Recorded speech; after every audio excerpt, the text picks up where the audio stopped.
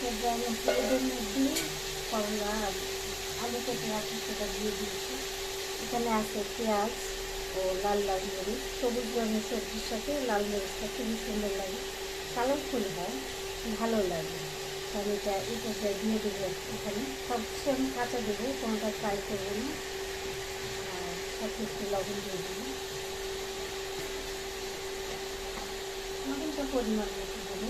এখন যদি না হয় পরে আবার দেওয়া যাবে, সামান্য একটু দিয়ে দেবো।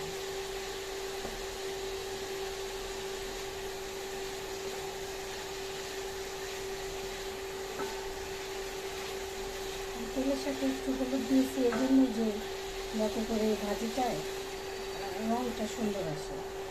এটা এমনিতেও দিতে পারবেন, তেলের সাথেও দিতে পারবেন। তেলের সাথে দিলে মিক্সটা হয় একটু জলদি আর সুন্দর হয়। খুবই অল্প আছে ভাজিটা করবো যাতে করে সেদ্ধ হবে, তিতা লাগবে না, অত বেশি তিতা লাগবে না। যদিও সর কালারটা সবুজ রাখতে হলে একটু একটু ঢেকে দিতে হবে, সামান্য 1 মিনিটের জন্য। আমি ভাজিটা একটু নাড়িয়ে নেব।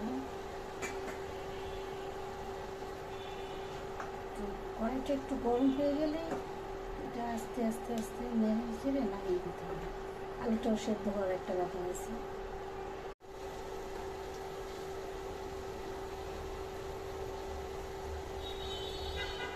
ভাজিটা একটু নাড়িয়ে নেব হালকা, একদম অল্প আছে রান্না করলে এই ভাজিগুলো কালার সুন্দর থাকে, সেদ্ধও হয়, আবার পুড়েও যায় না।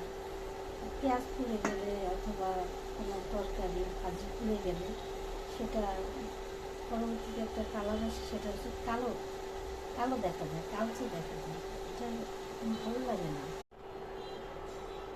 প্রায় হয়ে গেছে আমার ভাজিটা। এখন আমি আরেকবার নাড়িয়ে নেব, তারপর নাড়িয়ে নেব। হয়ে গেছে আসলে।